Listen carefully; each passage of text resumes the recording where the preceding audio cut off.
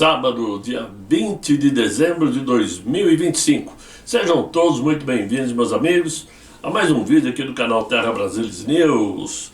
Vamos conversar um pouco sobre tudo que está acontecendo, tudo que já aconteceu nessa semana, porque realmente, quando olhamos o Brasil como se estivéssemos de fora, lamentavelmente, eu pelo menos tenho que dizer que, independente a toda a riqueza desse nosso Brasil, independente a todo o patriotismo que temos pela nossa pátria, nós brasileiros realmente vivemos num país miserável. Essa que é a verdade.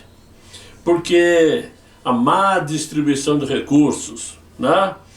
A distância na qualidade de vida que existe entre o pobre e o rico é uma coisa absurda. É abissal, como diria o velho e conhecido National Kid, né? Que combatia os seres abissais. Isso é da nossa época, né? Aqueles que já passaram dos 60. E, lamentavelmente, nós enxergamos uma situação hoje que, a princípio, não nos mostra uma saída. Mas eu quero abordar isso com vocês com mais folga daqui a pouco. Porque vou trazer as principais notícias, aquelas que mais incomodam o público conservador, né? Bom, primeiramente, o ministro suprassumo do Supremo Tribunal, aquele ministro, autorizou o tal Paulo Capelli, do Metrópolis, a entrevistar Jair Bolsonaro. Devido a essa autorização, aí veio uma cadeia de pedidos, né? Onde o SBT também pediu permissão, a UES Sem Filtro também pediu permissão, a Auriverde do Pitoli também pediu permissão, e isso se não tiver ocorrido outros pedidos. Bom, eu particularmente, se eu fosse o mito, recusaria a todas, sem exceção. Sem exceção, pois penso que o mundo todo já deitou e rolou em cima do seu nome. Já cansaram de ganhar audiência em cima de Jair Bolsonaro, já pisotearam, já ganharam audiência, falaram demais dele, né? Então agora, na atual condição física de Jair Bolsonaro, eu penso que é hora de ele aproveitar, já que está sequestrado, sim, esse é o termo, sequestrado na Polícia Federal, que ele aproveite esse tempo para fazer uma lavagem cerebral, fazer uma higiene cerebral, descansar seu cérebro, porque a saúde mental também destrói, e muito. E muito. E não adianta as pessoas virem com aquela conversa, mas esses programas Sem Filtro, Auriverde, isso aí não vão colocar Bolsonaro contra a parede, muito pelo contrário.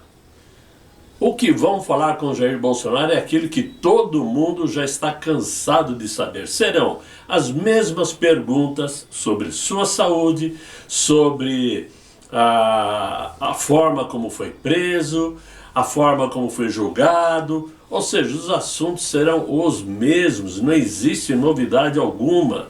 E, claro, você realmente indicou o Flávio para ser candidato? São assuntos que desgastam. Então, a meu ver, Jair Bolsonaro deveria negar a todos, né? Dizem que parece que ele já está por negar mesmo. Parece que ao Metrópole já não vai mais dar a entrevista. Muito bom.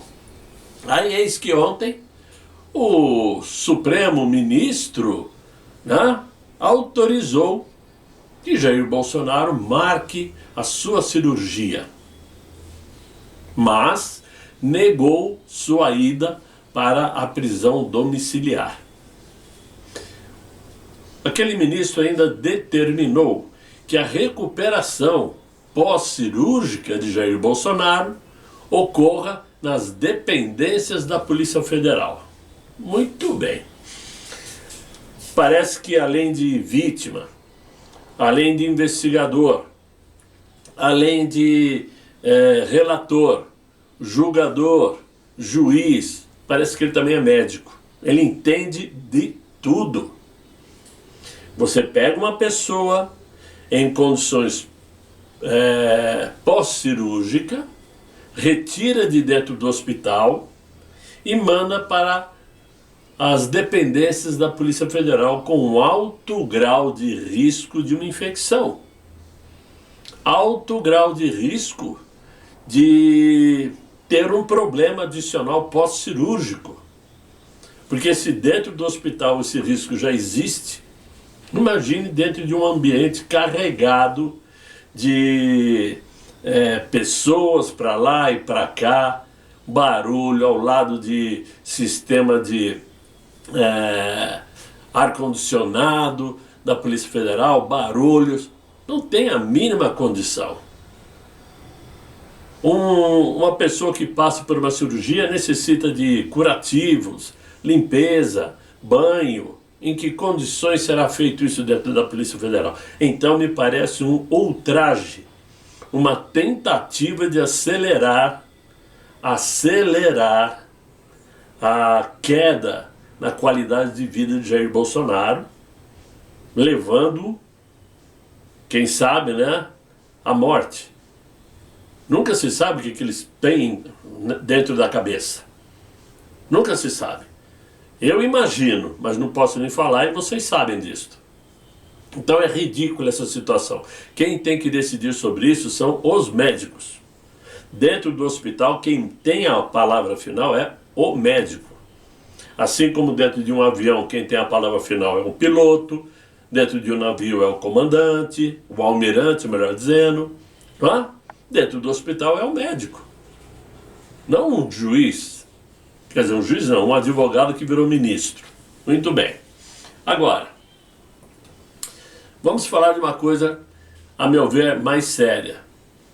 Porque tudo isso que eu vou falar agora faz parte daquilo que eu disse logo no início sobre o nosso Brasil. Todos vocês sabem, leram, ouviram e assistiram ontem o caso que a Polícia Federal então deflagrou aquela operação na manhã de ontem, mirando os deputados, o Sóstenes Cavalcante e o Carlos Jordi.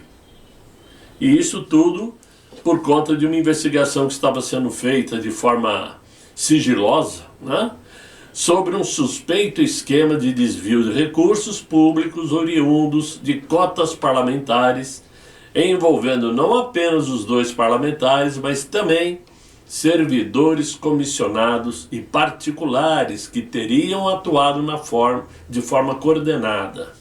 Segundo a Polícia Federal, houve aí uma indicação de que já ocorreram, né, digamos, como que eu posso falar a palavra? Que já aconteceram movimentação de 27.800.000 reais em ações financeiras, todas elas de forma suspeitas. Né? Uma movimentação financeira suspeita, segundo a Polícia Federal, sem justificativa plausível, em contratos de assessores de gabinetes dos dois parlamentares, além de funcionários do PL e pessoas próximas aos congressistas. A polícia, como vocês sabem, encontraram 430 mil reais na residência do Sóstenes Cavalcante, em que ele disse ser proveniente da venda de um imóvel, que o dinheiro é limpo. Muito bem. Eu não quero aqui, nem vou ser o chamado advogado do diabo, mas independentemente ao fato da quantia encontrada poder sim, de fato, ser de forma lícita, né? O que me chama a atenção é que alguém receba uma quantia alta como esta, 430 mil reais, proveniente da venda de um imóvel, né?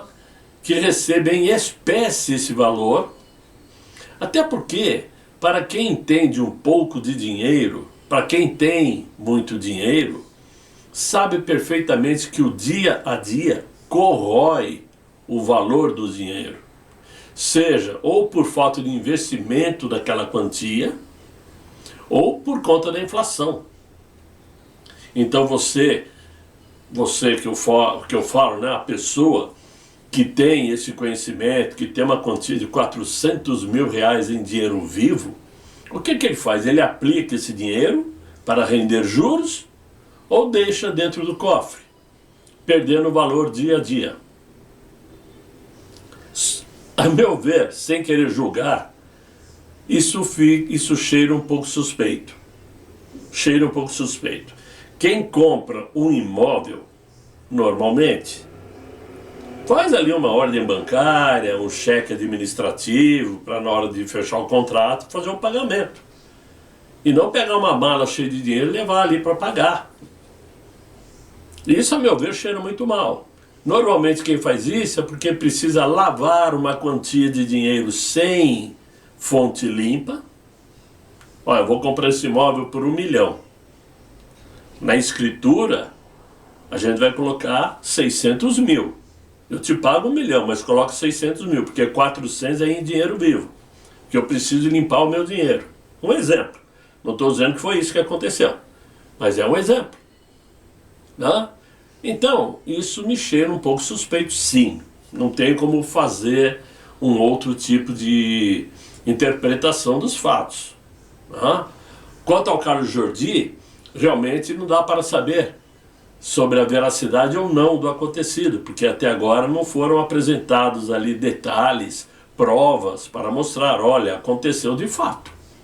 A única coisa que ficou em suspenso é os 430 mil encontrados na residência do Sóstenes Cavalcante. Todo o resto eles vão ter a oportunidade de se defender.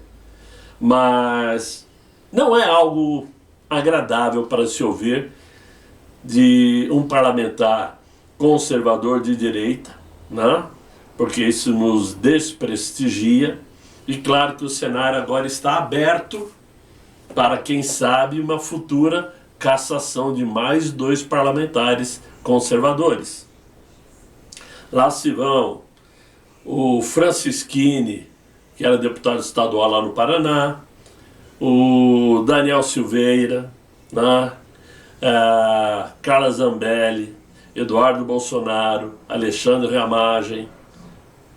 Quem sabe eles não querem também o Sóstenes Cavalcante, o Jordi, ou seja, acabando com o parlamentar conservador para dar espaço para quem? Para alguém da esquerda, quem sabe?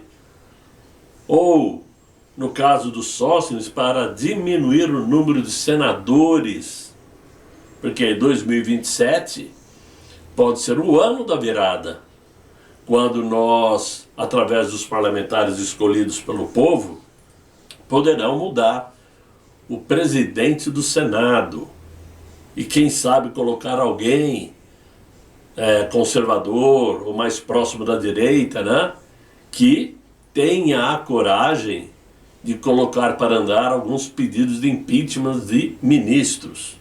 Então, tudo isso está no ar e não caiu bem. Agora, e com relação aos 129 milhões de reais pagos pelo Banco Master a uma senhora Viviane, dona de um escritório de advocacia riquíssimo, coincidentemente casada com um ministro, como que fica isto?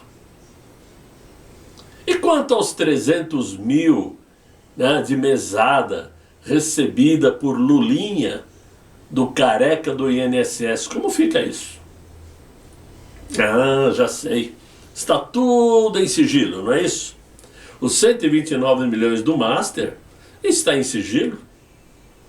E vai continuar em sigilo até que eles se cansem. Até que eles se cansem, até que digamos assim, o processo entre em extinção, caduque, como aconteceu agora com o processo contra o Joesley Batista, que venceu, caducou, passou do prazo. Se fosse da direita, em tempo recorde, né, julgariam, como foi o caso de Jair Bolsonaro, dos militares, dos que foram presos no 8 de janeiro, que em tempo recorde, verificaram tudo, julgaram, condenaram e estão presos. É assim que funciona no Brasil. Infelizmente, esses dois casos mostram perfeitamente o caminho que o Brasil adotou.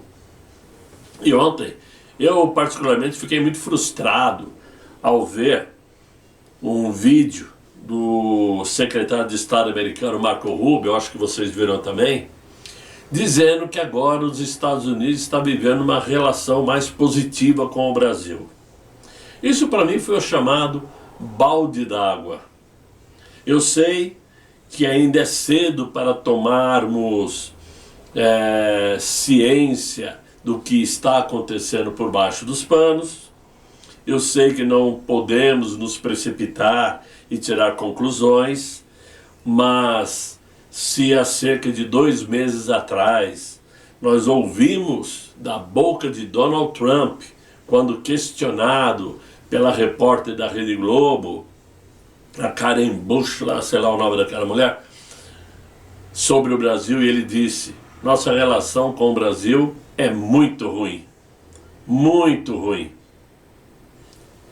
Naquele momento, nós ficamos eufóricos, porque percebemos que então os Estados Unidos teriam uma ação mais dura contra o Brasil. E começou, impondo sanções, em Magnitsky, mas de repente começou a andar para trás. E agora chega o Marco Rubio e diz que estão vivendo agora uma relação mais positiva com o Brasil. Eu não consigo entender. Sabemos sim que o Inácio entregou até o que não tem para Donald Trump tirar a sanção, suspender a sanção Magnitsky. Ele ainda não retirou de fato, ele suspendeu. É a informação que eu tenho, pelo que eu já li, pelo que eu já vi por aí. Mas, de fato, sabemos que ele entregou a alma a Donald Trump. Os Estados Unidos vai tirar muito proveito com isso. Mas para nós que desejávamos dar um break, dar um freio na atuação da esquerda aqui no Brasil, eu acho que é um tremendo balde de água fria. Espero estar errado, né? Agora, verdade é, meus amigos, que, como eu falei, estamos vivendo uma época aí muito estranha, muito difícil para aceitar passivamente tudo que está acontecendo, principalmente para quem joga no nosso time do 6.0 para cima, né? Que já tivemos a felicidade, a oportunidade de conhecer uma época maravilhosa, né? Nos anos 70, durante o regime militar, tudo era melhor. Qualidade de vida, educação, segurança, música, artistas, tudo era melhor naquela época. Quem é mais novo pode não acreditar, mas fato é que até hoje houve música lá do passado. Até hoje, as músicas de sucesso nas rádios são dos anos 70, anos 80. Mas tivemos a oportunidade de conhecer uma época maravilhosa. E eu, coincidentemente, até recebi ontem de um amigo, o Oscar, um post no WhatsApp dizendo o seguinte, que lá atrás, né, em 1964, os nossos generais eram outros, mas o povo também era outro. E faz todo sentido, porque se lá atrás o regime militar apertou o cerco contra aqueles que pretendiam transformar o Brasil em um comunismo, o povo não deixou por menos, o povo foi para as ruas e exigiu que as Forças Armadas tomassem atitude. E hoje? Hoje o que nós vemos é show em estádios de futebol, é feriadões um atrás do outro, praias lotadas, bares lotados. O povo não está preocupado, o povo está acomodado. E ó, quando nós olhamos lá atrás, claro, sentimos saudades, né? O Brasil tinha companhias aéreas Para quem não conheceu, o Brasil tinha companhias aéreas, né? O Brasil tinha fábricas de automóveis, fabricava caminhões, carros, né? Quem não se lembra aí do FNM, caminhões? Quem não se lembra da Willys, né? Quem não se lembra da DKV, tudo fabricado no Brasil. Varig, Transbrasil, VASP, tudo desapareceu. Tudo desapareceu em governos civis. O governo militar desapareceu e tudo que havia sumiu. E se o Brasil hoje é rico no agronegócio, é graças à Embrapa, que foi criada no regime militar. Né?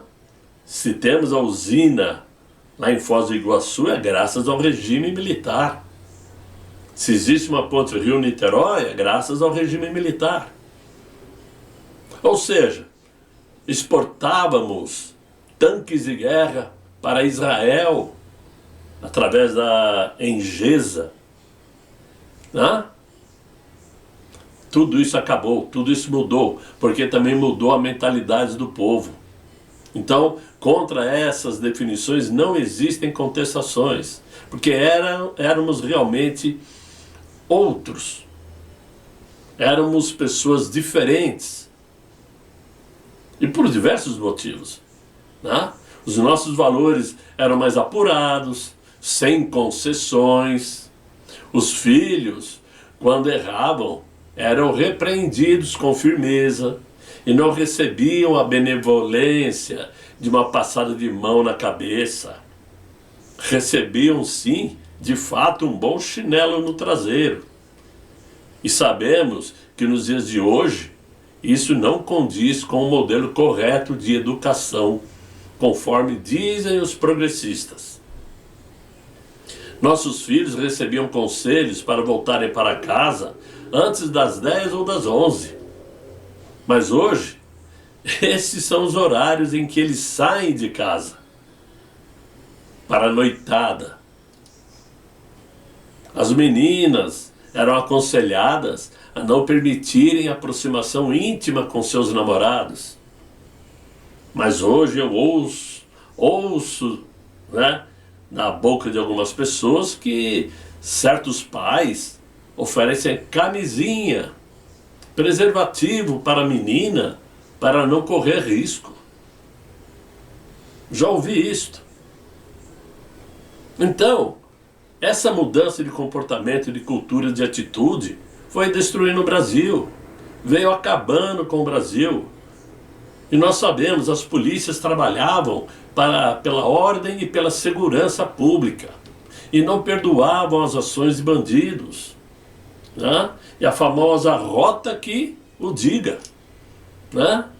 A rota era uma segurança para todos nós. Hoje, infelizmente, os bandidos são presos num dia e no dia seguinte saem pela porta da frente. Então, como não comparar o nível de exigência se todos nós compactuamos com essas mudanças? Nós fizemos parte dessas mudanças. Por quê? Porque fomos aceitando aos poucos.